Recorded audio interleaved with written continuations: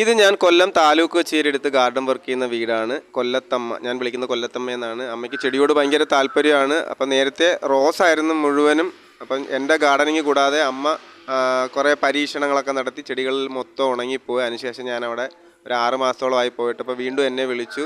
അപ്പോൾ ഉള്ള ചെടികളെല്ലാം വൃത്തിയാക്കി വളമൊക്കെ ഇട്ട് റീപ്ലാന്റ് ചെയ്ത് വെച്ചു. അപ്പം വെയിൽ കുറവാണ്, സ്ഥലപരിധിയും കുറവാണ്. അപ്പം നമ്മൾ സ്റ്റാൻഡിനകത്താണ്, 3 തട്ടുള്ള സ്റ്റാൻഡിനകത്താണ് പ്ലാന്റുകളെല്ലാം മിക്സ് ചെയ്താണ് വെച്ചിരിക്കുന്നത് വെയിലിനനുസരിച്ച്. മുല്ലയുണ്ട്, ബൊഗൈൻവില്ലയുണ്ട്, റോസുണ്ട്.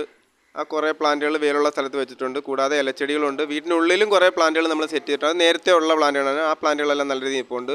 കൂടുതലും മണി പ്ലാന്റ് വെറൈറ്റിയാണ്. എൻജോയ് പോത്തോസ് ഉണ്ട്, ലെമൺ പോത്തോസ് ഉണ്ട്, പിന്നെ അഗ്ലോണിമ വെറൈറ്റി. അത് 2-3 ചട്ടിയകത്ത് നിൽപ്പുണ്ട്. ആ പ്ലാന്റുകളെല്ലാം നല്ല രീതിയിലാണ് നിൽക്കുന്നത്. പിന്നെ ഫിലോഡോണ്ട് ഒരു ഹാർട്ട് ലീഫ് ഉണ്ട്. കൂടാതെ സാൻസവേരിയയുടെ മിനിയേച്ചർ വെറൈറ്റിയും. പിന്നെ കൂടുതലും മണി പ്ലാന്റുകളാണ്. പിന്നെ ഒരു ഗോൾഡൻ ബ്യൂട്ടി, സിൽവർ പോത്തോസിൻ്റെ ഒരു പ്ലാന്റ്, അതൊക്കെ നല്ല രീതിയിലാണ് നിൽക്കുന്നത്. പിന്നെ വീടിൻ്റെ പുറത്തായിട്ട് കുറച്ച് കറ്റാർ വാഴയുണ്ട്. അത് നമ്മൾ എംസാൻഡ് മണ്ണും കൂടെ മിക്സ് ചെയ്താണ് വെച്ചിരിക്കുന്നത്. അത് നല്ല രീതിയിലാണ് നിൽക്കുന്നത്.